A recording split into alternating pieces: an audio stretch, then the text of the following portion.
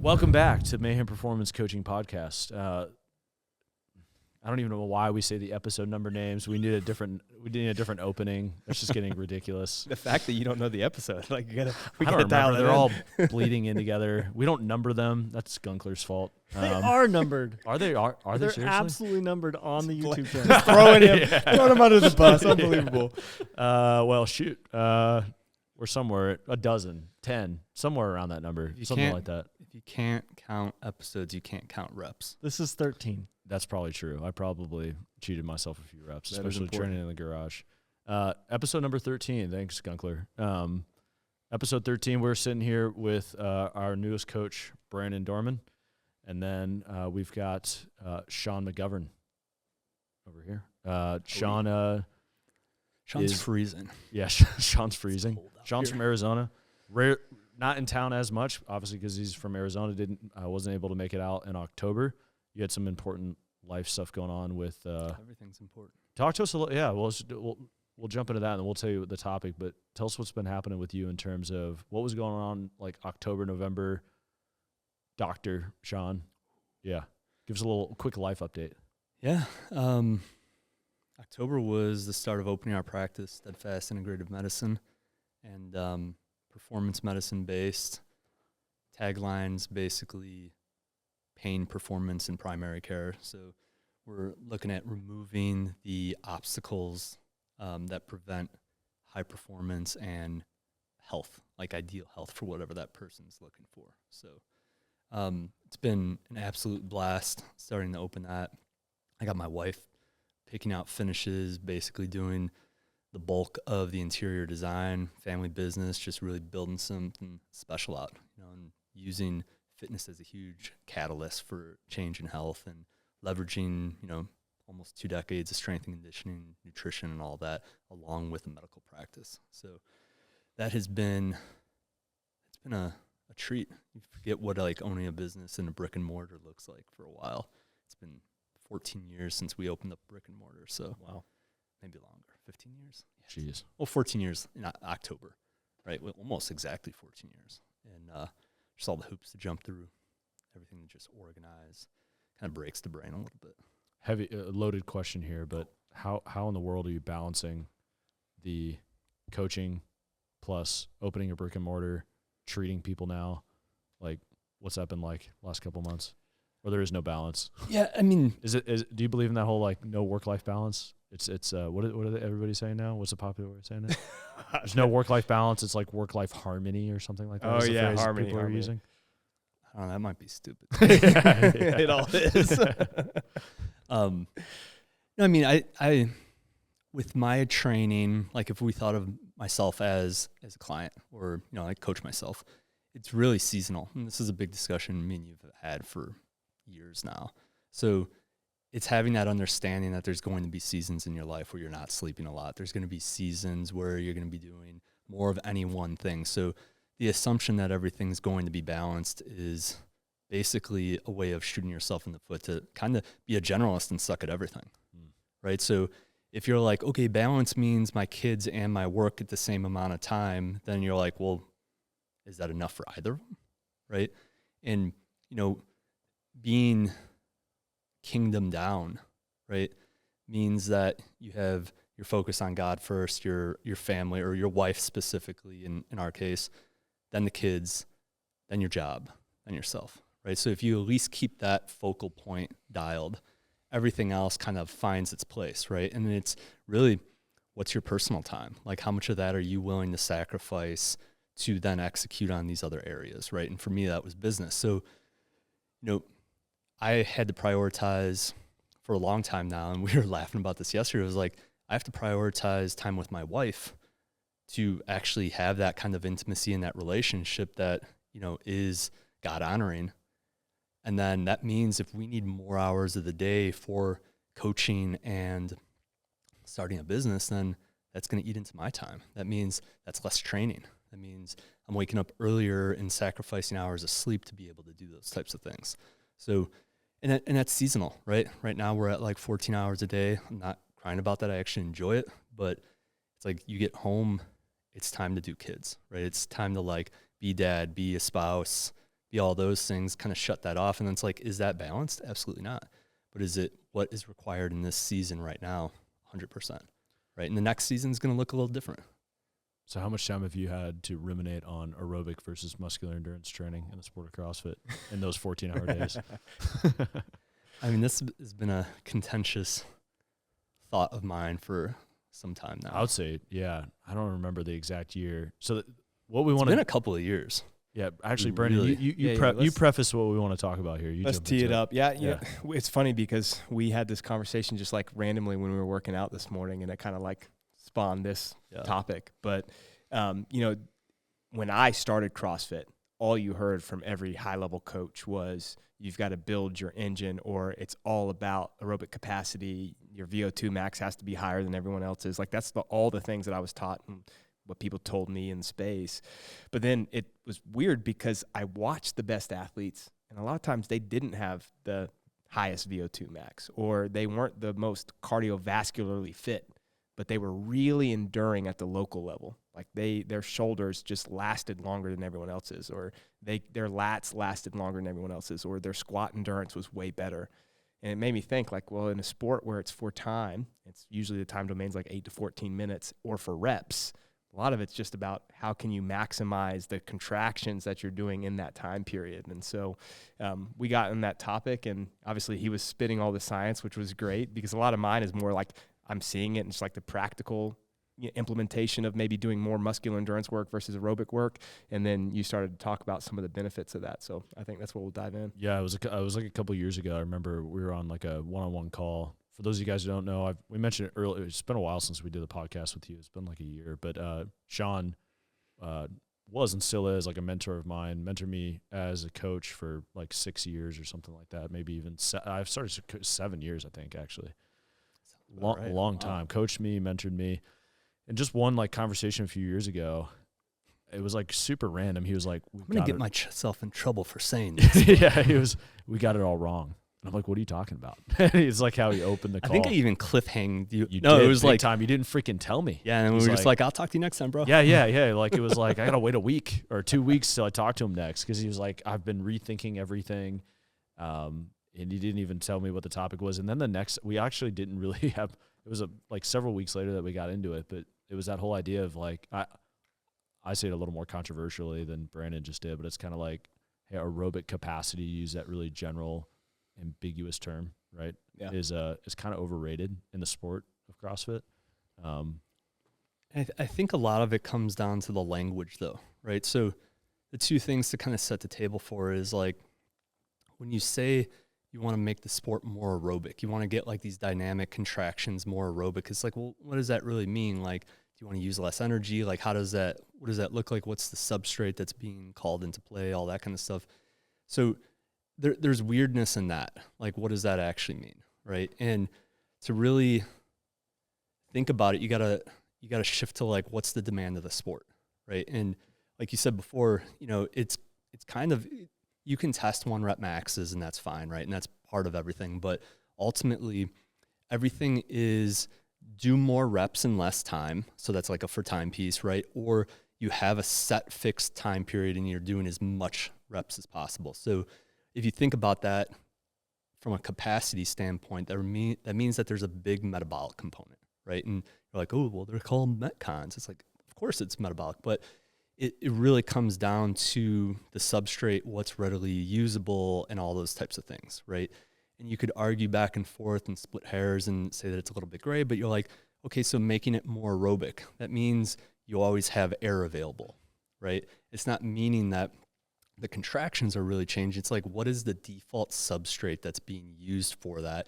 And the energy that's available, how quickly you can convert fuel, right? Because just because you have glycogen or glucose doesn't mean that that's ATP. There's a whole process of converting those things to actual energy, ATP, being used to contract the muscle or do whatever it has to do, right? So you have to look at that and be like, frequency, speed, timing, what's available, what's not, and then what happens when there isn't air, and what are the like buffers that prevent air from being there, or better yet, an O2 debt being created, and then all of that potential glycogen just being pushed out as pyruvate, lactic acid. Boom, Cori cycle. Yeah, I think at the most simple level, like, someone that's listening, maybe that's just a CrossFitter, and like, I don't really understand any of the concepts of, if you're doing an open workout, say it's a 10-minute AMRAP, that's, again, that average time is 55% of the workouts in CrossFit are usually between 8 and 14 minutes in the open.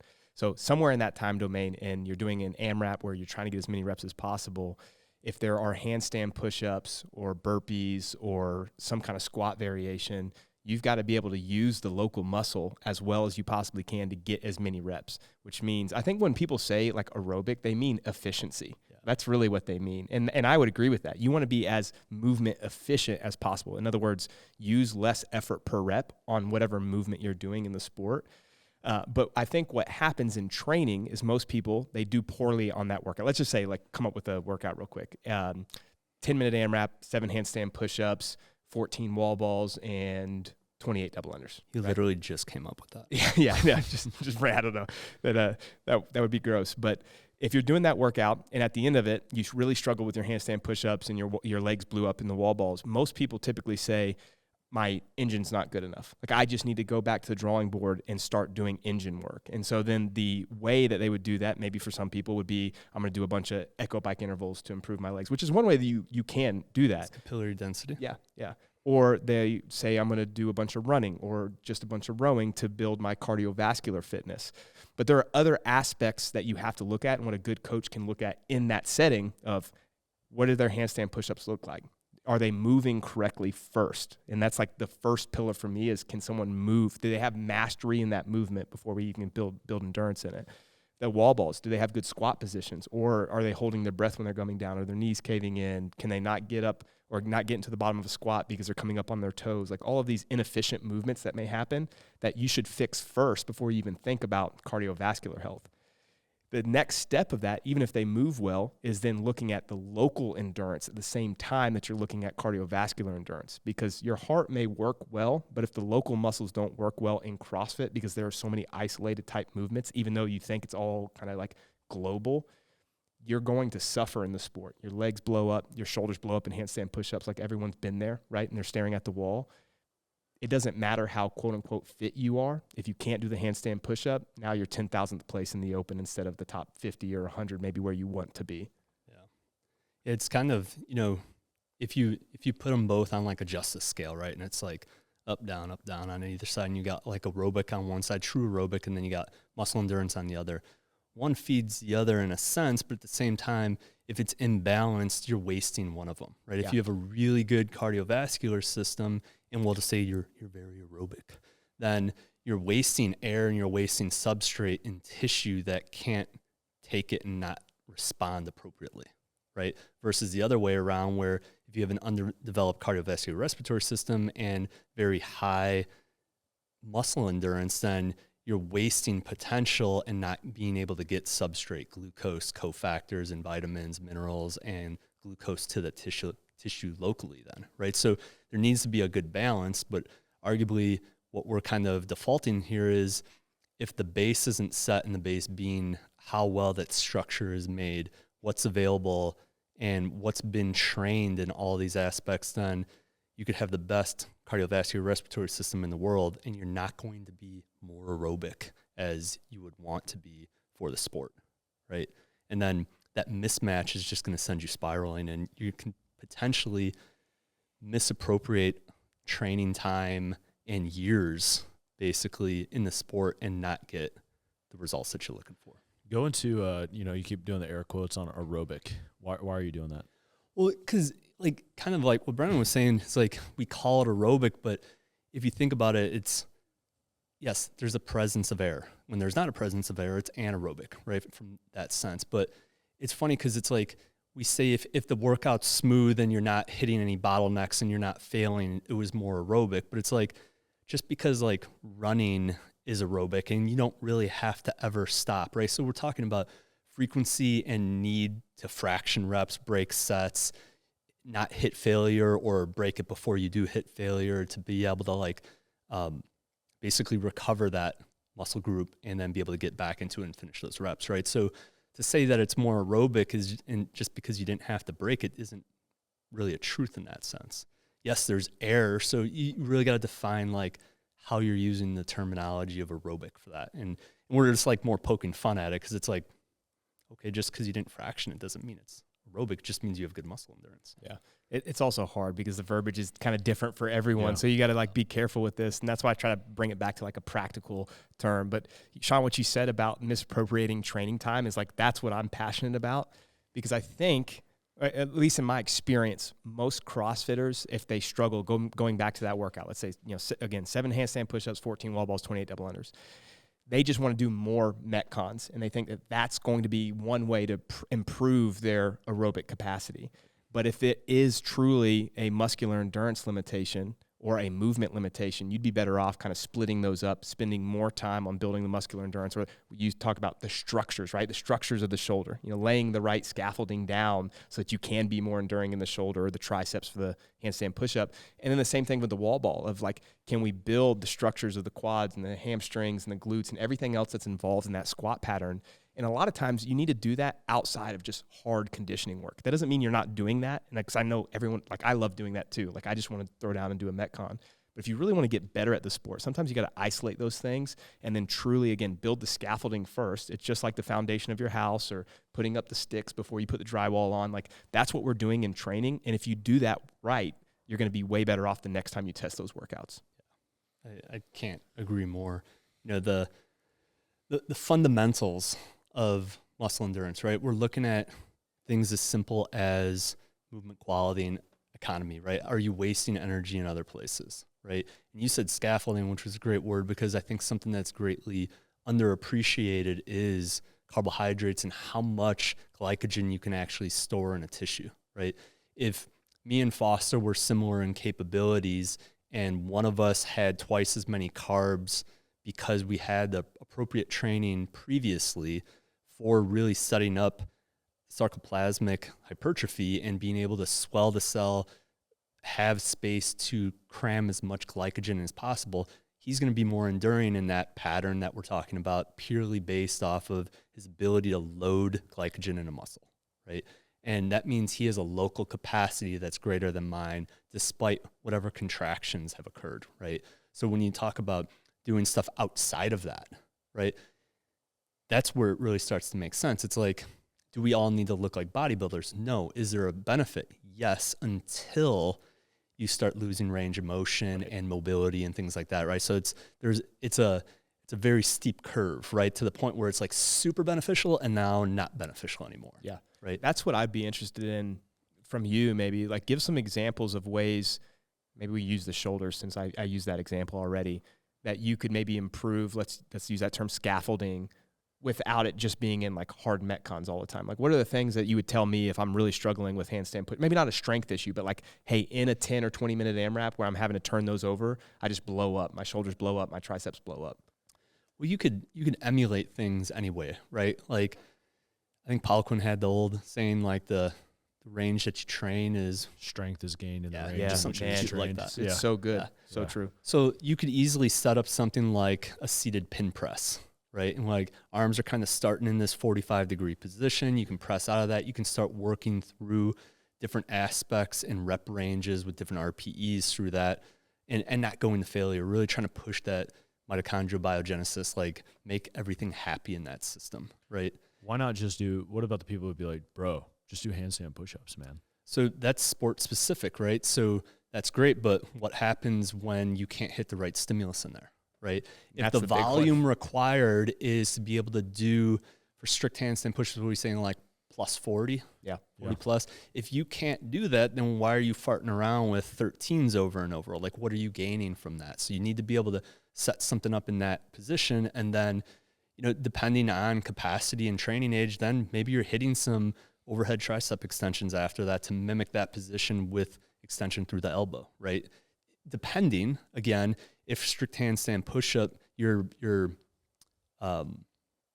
where you fail is delt or is it tricep, right? So even as a coach, you're watching videos and going, hey, you fail coming off the floor versus pressing out, right? Because then that's a completely different training stimulus, right? And for the general person that's thinking like, oh, I'm just going to do more Metcons, then it's like, okay, but all you're doing is creating more bottleneck scenarios where you're losing intensity, right? If you're hitting failure, there's no intensity anymore, right? And like from an exercise science standpoint, HIIT training is what is actually going to help from that respiratory standpoint to raise VO2 max, which then means, coinciding with that, you then have a better lactic threshold, which means you're going to be able to get substrate back to those tissues quicker, and the muscle's happy, you're going to perform better. But if your training stimulus isn't aligning with that and you're bottlenecking and you're failing, you're not going to get better by failing more reps. And not from a technique standpoint. Yeah, you're getting worse at that point. And, that's such a good point, because people think I'll do the Metcon to build a bigger engine, but you're actually hurting your engine because you're not able to go fast. Sorry, I just know the mic. Can't believe. You're getting fired up. Yeah, I am. Well, this is it, man. This is so good when people really kind of think about training priorities and how they do it, especially leading into the open or, a big competition, they need to do it right. But if you're training with those bottlenecks all the time, you're like, I just need to do handstand push-ups, but after the first round, you're staring at the wall, or you have to rest 20 or 30 seconds, you're not even getting a good Metcon stimulus. There's no intensity. Exactly. Yeah. So we can find ways to bring intensity, and maybe someone just wants to stay sport specific. You could still do that. Do a pike handstand push-up, or do a seated pin press variation into the wall balls, into the double unders, and go fast on that. And that's a good way if you wanted to still be sport specific. I don't want to take us on too much of a tangent here, but this is something that fires me up, where it's like, this is where semantics and words matter, like the phrases we use when we say intensity. Like where you said before, hey, people have different definitions of these things, where it's important that we define what we mean by intensity. I know, like, internally, I think there's a podcast recently that we had with Mayhem, and some people were cracking jokes about the phrase like CP battery or battery work that we were doing. So I'm going to clap back a little bit here and just be like, words matter, phrases matter, because it'd be like, if you don't define what you're doing, how do you teach it? How do you convey the message? How do you train it appropriately? You know what I'm saying? So it's like intensity being one of those, like where people are like, oh, dude, man, I just went really hard in that Metcon. I was smoked. It's like, dude, you stared at the wall for a minute in between sets of your handstand push-up. That's not, quote-unquote, intense. In aerobic training, intensity is working at a high percentage of your VO2 max. Sure. So you weren't doing that. Yeah. It feels intense because you're grinding out every handstand push-up, but that's not what you're trying to get out of the Metcon. Yeah, a little tangent there. I'm like, defining terms matters. It's almost like the more extreme the workout appears or feels like, that automatically equates as intensity. It's like, no. Like for the new CrossFitter, Murph isn't intense. It's like a gymnastics battery, if you will. Like, it's just fail, and then run after 300 squats, and that's a big fail too, right? Like, there's nothing. It's long. There's a decent amount of volume, but it's not intense. But they would say that was really hard, right? And that's the difference. It's just like colloquial, right? Yeah, like, totally. Oh, that was such an intense work. Exactly. Like, and that, I'm not like making fun of people. It's just, when we're trying to talk about creating the best program for someone to overcome obstacles, then you need to have some level of uniform language, or at least an explanation of like what it is that I'm talking about and what we're trying to achieve there. And I think that's what you're ultimately getting at.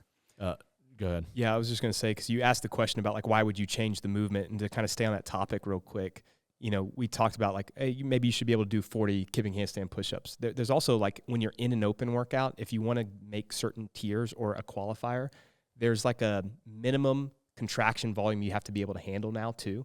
And some of those are like really high in the CrossFit space because there's so many good athletes. And to Sean's point, most people can't do that in a training session with the actual movement, like a handstand push-up or maybe even a chest to bar or something else that's like really local and isolated. But you can do that with these other variations, so that you can still hit the minimum volume threshold that you may need to build to in an open workout or in a qualifier. So again, a perfect example would be, maybe you start with kipping handstand push-ups or strict handstand push-ups, and then you move to sets of Z press or pin press variations or whatever it may be, so that you're hitting those thresholds. I mean, you can get really creative with that, right? Like, the thing that just popped in my head was, if the gold number was 40, right, that we were saying, and let's just say the random client has 15 strict handstand push-ups you can do, right? And if the delts are what's failing, you could literally do something like 25 overhead tricep extensions into AMRAP minus a couple of rep strict handstand push-ups. Pre-exhaust. Yeah, you're taxing the triceps so heavily that now the delts have to work that much harder to come off the floor, right? And if you're doing that in like, let's say tricep extension, rest 10 to 20 seconds, boom, right into strict handstand push-ups, rest 2 to 3 minutes times 3 to 5 sets. Now you're taking that and you're making it a little more sport specific by having the strict handstand push-up. You're using other elements of strength conditioning and classic bodybuilding with pre-exhaust and things like that. And you're actually not torching yourself by going to failure, and you have a greater potential at the end of the day to improve upon that rather than just continually throwing things at the wall and hoping that something sticks at the end of the day. On the way here, you were saying, we were talking about this in the car, and you had made a point of, you hinted at it earlier, like how much training time somebody has, like is obviously a huge component of this, deciding where do you put your energy. Do you put it into muscle endurance? Do you put it into aerobic, again, to use a general term? Talk a little bit more about that. Like, how would you decide for a client where you're going to spend most of your energy in their program design? And Brandon was talking about some of the hands, what is the actual limiter? But yeah, just like expound on that a little bit more. Like how to get people, if I train 5 days a week, 90-minute sessions, this is all I got. How do you decide where I should spend my time biasing either one of those?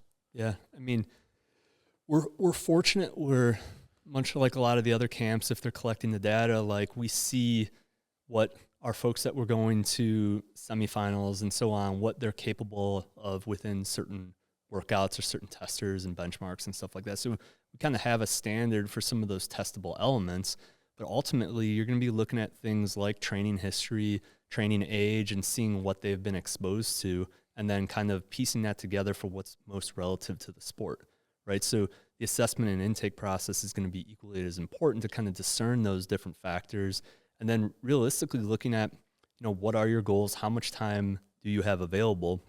And, what are, arguably the top 3 things that are going to pull that lever and get you the most progress? Because, you could take a very concurrent training standpoint and just train everything at the same time. And your trajectory is going to be like, let's just pick an angle and say like a 10% or a 10-degree angle, right, of a trajectory from start to finish, right? But if you're looking at capitalizing on the best use of your time and ultimately increasing your work capacity, then it starts with muscle endurance, right? So if you're a little shabby on that side, then being able to focus on that in all your primary patterns, you then have that ability to kind of change that trajectory, and a little biased here, but shift it in a direction that is going to work in all patterns, because you can train that, and we have years of bodybuilding and studies to support that splits in all these different patterns can occur multiple times a week, versus just prioritizing something like aerobic development, which generally hinders a lot of that due to the repercussions of it, right? Like higher levels and intensities of aerobic work, if you want to call it like that high zone 2, zone 3, almost touching zone 4, like those are going to increase resting cortisol levels, right? If you're doing that after training where you just capitalized on a bunch of muscle damage to create that same swelling to have more glycogen storage and result in better muscle endurance, now you just decrease your chances of recovering and getting optimal ROI on all those contractions, right? Because now cortisol's up, muscle protein synthesis is being shunted even more when you actually where you actually want to have best recovery to recover that tissue and get better contractions. So double sessions are the best idea. Yeah. But if you said time and time again, I mean, with an athlete, like if I'm taking someone on, part of their assessment is also looking at the performance side. If someone's serious about CrossFit, you got to look at all the movements that have been tested in the sport, look at the combinations that have been tested, at which rate they've been tested, and then look at the athlete's assessment and say, where's the lowest hanging fruit? And then you can kind of raise those dials up, right? Because as we all know, unless you're like the elite level, most people are kind of average or below average in most things. And to get better, it's not just getting everything to like dial 10. It's just getting everything from like these 1s and 2s up to 5s first. Mm-hmm. And then once we get everything to 5s, now we can bump it to 6s and 7s, if that analogy makes sense. But I try to pick a couple pieces. Like if you said 5 days a week, 90 minutes, I'm picking 2 or 3 pieces that I really want to work on with you, because I know that if we raise those dials up, that's going to give you the biggest bang for your buck in the open or in a qualifier, in the competition that you're doing. And that's kind of where I start as a coach. And something cool that you'd mentioned is looking at combinations, right? Yeah. So it seems obvious, right? You're going to be like, oh, well, I'm going to test this and this, right? But ultimately, an interesting aspect to think about, especially as it pertains to muscle endurance, is doing an AMRAP unbroken chest to bar. Like generally we'd be like, oh, that's a benchmark, that's a test. It's like, what if we just get a little contentious here and we go, maybe that's just an assessment. Yep. You're assessing a skill and the volume of the skill can be done on its own, isolated away from other things. But what does that skill look like patterned with an agonist or an antagonist? Now that demand changes, those outcomes are completely altered. And now being able to do 50 unbroken doesn't mean anything, because as soon as your cardiovascular respiratory system or your agonist muscles are challenged, like you fall apart, or grip's challenged, you fall apart, or whatever the case may be. So I think that's a lot, bringing more attention to not just the idea of patterns, but what patterns do to your potential is a bigger picture thing to think about. So thank you for bringing that up. Yeah, for sure. And I think, as a coach, maybe for those that are listening that are coaches too, thinking about the combinations of those patterns helps, because you can kind of hedge your bets. Like if we know you talked about chest to bars, well, chest to bars and thrusters are comboed a lot. So it's like, how does that impact my athlete? Maybe they are the person that can do 50 unbroken chest to bars, but as soon as you put that 135-pound thruster in their hands, they can't do more than 8 or 10. Or maybe they're great at that, but when it's power snatches and chest to bars because their grip blows up, which is me, like that happens to me immediately for some reason with barbell cycling and chest to bars or toe to bar, then we know, okay, well, grip endurance is an issue, and then we got to kind of figure out where we go from there. I mean, you could take that and you can really make any kind of spin on it. As like, how good are your chest to bars when you can't breathe? Yeah. Right? Is it the point that the arms are up in the air, or is it you can't pattern it anymore, or is it the fact that you just can't get oxygen to that tissue? And if it's the point that you can't get the oxygen to the tissue fast enough, then you got to go, well, why is that tissue out of energy already, right? Like, why is it so limited, and what other things are getting in the way with that? And that's when you can start diving into the more metabolic cost of it, right? And do you have enough glycogen? Are you now anaerobic and you're forcing other things to kind of pick up the slack on that, and then ultimately end in a deficiency of energy because now you've gone completely anaerobic and there's no longer an ability to make ATP at the rate that you want. I want to circle back to the aerobic, where you were talking about doing it after like a muscle endurance training session, and maybe it was like specifically like trying to yield some hypertrophy there, muscle growth and anabolism. And then, you do an aerobic session, and if it's at a higher intensity, like you said, it's going to raise cortisol levels, which could obviously is going to reduce muscle protein. What is muscle protein synthesis? One, and then two would be, then what do you do with that? Right. So like, again, somebody's listening, they're going, I don't have time, right? They're going, I don't have time. I do strength. I do some muscle endurance pieces. I work on my handstand push-ups, and then I have to do my aerobic intervals after. Do you? Well, I don't know. Speak to it. Like, how would you structure that? Yeah. Well, so muscle protein synthesis, I guess, just real quick. That's the signal, but basically just to keep it simple, like when there's damage done, it's a signal that it's going to work on healing, bringing the tissue back to where it needs to be. Right. And there's great studies on like what alcohol does to that. So everybody that's like doing a hard Saturday workout and then pounding Bloody Marys right after that, like you just shut it down. But ultimately, like those studies are crazy, by the way. They're so good. I just read one the other day. And they're always on like football players from London. And it's like, we took the team out and saw what happened. It's like got a bunch of beer. Yeah. And it was numbers where like the expectation was to be at like 114%. It was like, I don't remember why it was above the maximal point or whatnot, but I mean, the levels were dropping to like 30%, right? So it was like almost divide by 4, so it was a huge drop in that, right? And cortisol is, it shuts it down, right? Or at least blunts it, right? So in a similar effect, it's like, we know that using, training aerobically regularly at that intensity of like zone 3 essentially is going to continue to raise your basal resting cortisol levels through day in, day out, right? So if you're just thinking about net production of it. So if net production is high, then you're automatically going to have lower recovery rates purely based off of that. So again, it's like you got to choose the poison. What do you actually want to work on? And if it's just maintenance and you want to be able to do some aerobic-like movement from a more traditional standpoint, and it's like, yeah, maybe that's just zone 2. And you're going to use that to help reoxygenate all your tissues post-training, clear out any O2 debt, move out all that metabolic waste, and get all that stuff kind of happy again so that you set yourself up with the best recovery from a daily basis. So again, practically, maybe I'm diving in. It's just, sorry for everybody listening, is like, I don't care, but this is something that's really fascinating for me, where it's just like, okay, practically speaking, you have somebody training Monday. Let's use a handstand push-up example. We're going to work on muscle endurance in the shoulders specifically for the handstand push-up. So we do a big session with that. Maybe they do some snatch work or whatever at the beginning. You're not the best idea to go do some higher intensity aerobic work afterwards. But let's say you say, I'm going to do that on Tuesday. And then Wednesday you have another, kind of primary day where I'm going to kind of go right back to the handstand push-up. How much of that, though, what you do on Tuesday is going to impact, like, it almost, you're in like a little bit of a quagmire. Like, when do I even do it? When do I do my high intensity aerobic It really training? comes down to training age then, right? Yeah. So like a newbie, they could capitalize on that for 48 hours, right? So in 2 days, you can go right back and smash it again, right?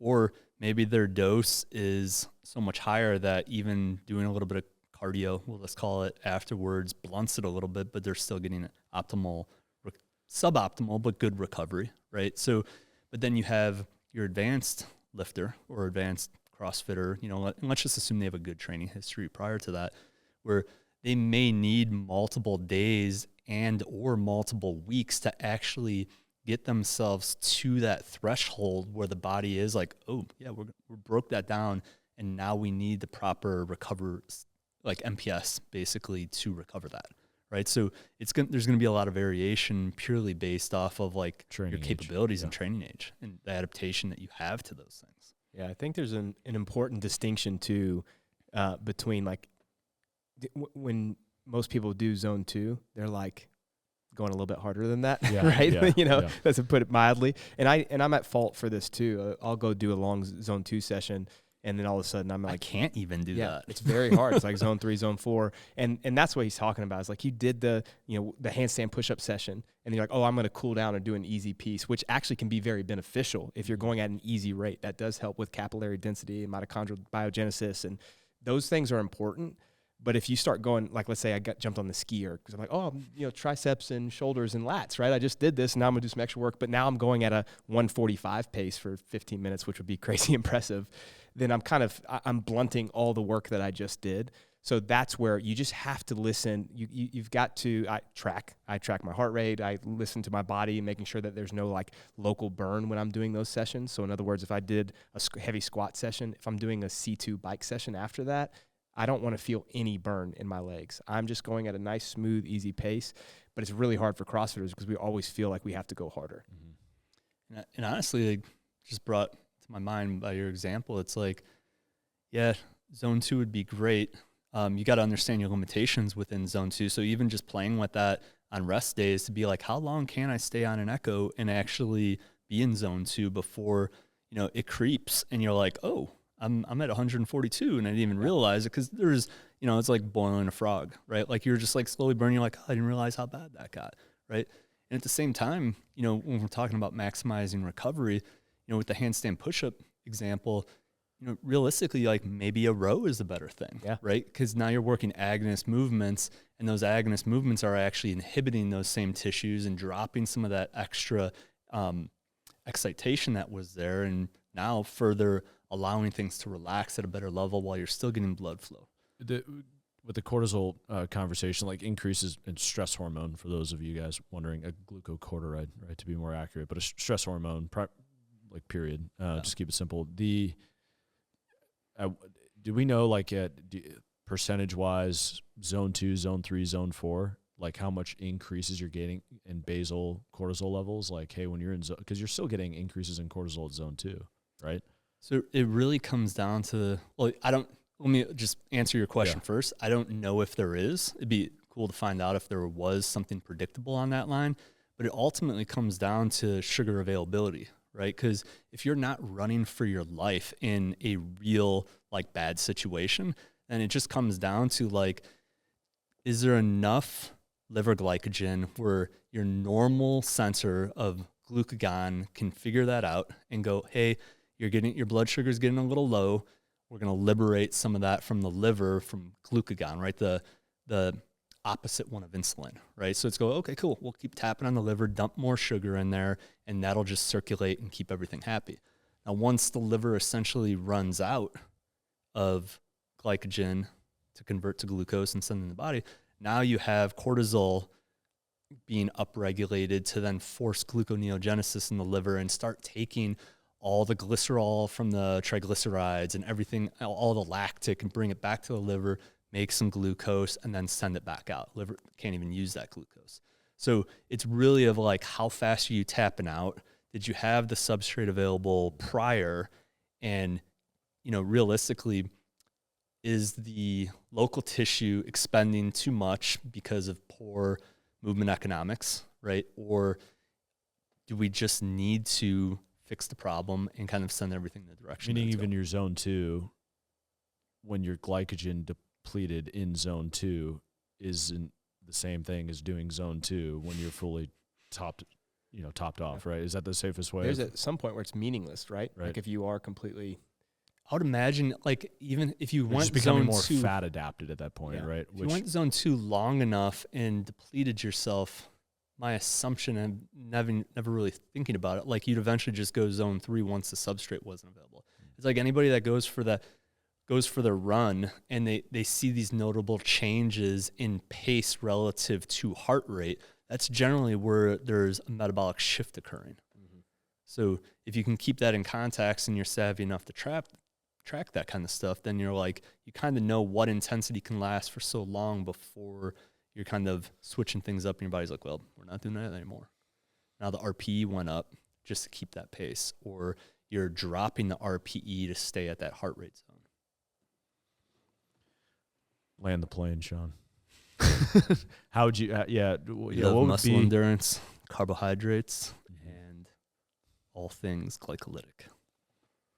Hell, that was pretty good. Yeah. I don't have And I'll just say, like, the interesting thing about glycolysis is the rate in which you're making ATP. So if you thought about the burn of fat as a fuel source, right?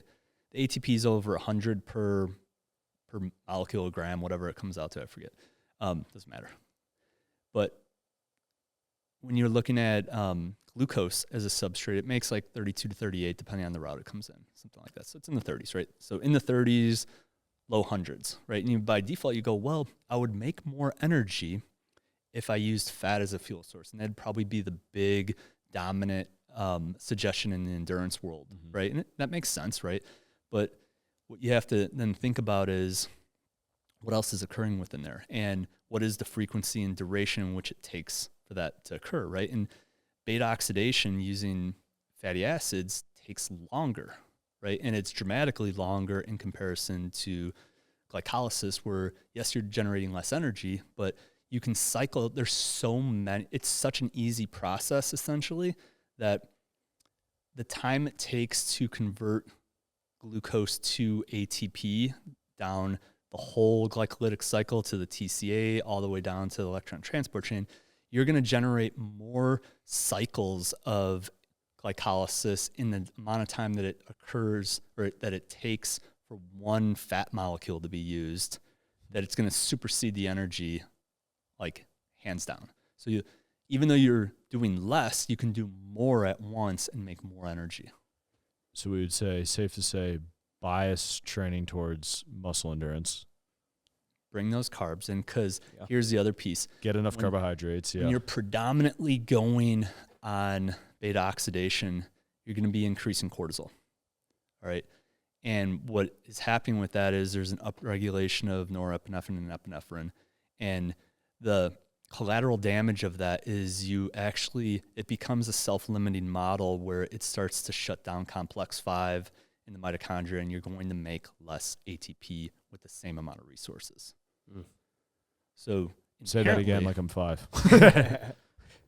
On a long enough timeline, you'll make less energy on fat because it's too self-limiting from a hormonal standpoint. Yeah. and recovery is like dampened by a lot, especially in a sport like this. Yeah. And the free radical levels are higher. There's more oxidative stress. And there's less overall damage done to the tissues and the body in general, purely based off of staying in glycolysis as long as possible. If you could directly compare the two of them at the same time. You know, So if you were taking dynamic contractions and making them aerobic. Yeah, go from the Josh. athlete perspective, sitting over here in the uneducated section. So to water it down, if I'm struggling with like the muscular endurance, you're saying eat more carbs. Always. So okay, but like to me, I'm like, well, should I eat a candy bar? What do you want me to eat? Like hone me in a little bit. Give me some specifics that you'd like to see. So food prescription is interesting because, you know, we always talk about meet the client where they're at, right? And for someone that's, and it's training cycle dependent too. If somebody is getting crushed with true intensity and they're going to a dark place in workouts multiple times a week, maybe doing a lot of lactic work, whatever the case may be, their digestion, they're going to be like overtly sympathetic, which means their digestion is going to be suppressed, right? They're not going to make as many enzymes as possible. Breaking that stuff down is going to be a little shoddy. And then the process of assimilation of actually sucking that into the body and using it then is also going to be compromised. Your motility may slow down, which means less. It would apparently seem like you'd have a better chance to absorb all that, but you're probably just going to ferment it and then get super gassy and nobody's going to want to be around you. And then you got no one to play CrossFit with, and then it gets really smelly at the gym and things are just talking about me wrong. So eat a Snickers bar in that case. The point being, I mean, the availability of carbohydrates would probably, like, the more stressed the person is, the more processed it has to be. Like all the way to the point of like ultra processing, right? So for some people that might be powdered carbs mixed into a drink for a nice carbohydrate shake, or it could be something as simple as honey, or just going for things that are less fibrous, like white rice and things like that. Like it speaks to the ability to digest more than, is this a good carb or not? Like you're an athlete, you shouldn't really care unless you have health problems. If you have health problems, you should be dealing with those before being an athlete. Not trying to be a dick, just, I mean, it's socks before shoes, right? If your thyroid's shot and you're like, I'm gonna win this local competition and then deal with it. It's like, well, if you actually fix the thyroid problem, your mitochondria would be a hell of a lot better. Your energy would be a lot better.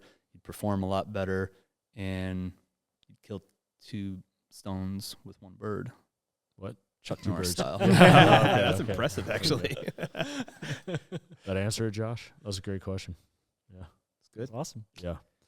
It would almost be, almost in all cases, if you're going to say performance is the goal, you know, low fibrous carbohydrates, like why risk it? You know what I'm saying? Like, I mean, the nice thing is, like, with some of those, like, real foods, generally, because they're designed by a genius, you know, they have the vitamins and minerals that you need to process them. Like you need thiamine to use carbs as a fuel source. And what do you know? All of God's foods, those, you know, honey, fruit, potatoes, things like that, they magically have thiamine with them. How weird, right? So if you're doing something that doesn't have fortified vitamins in it naturally or manufactured, then you got to keep that into consideration as well from a, you know, loading standpoint as far as carbs or whatnot. Josh, any questions on any of the other training stuff we were talking about from a quote unquote outside perspective, you know, or athlete perspective?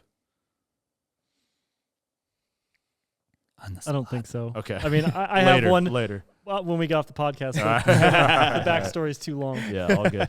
Brandon, tie up a bow on it. Oh, no. Finish it off. I got to for land us. the plane. You got to. Crash this thing. Yeah, I would. The takeaway that I would have, or that I would want the audience to have, is that we're not saying that aerobic training is bad by any means. You It's need just it in the overrated. sport. I'm just kidding. It just shouldn't be priority kidding. number one. And in particular, I'll take the hate. I'll say it's a little Yeah. overrated. Let's go.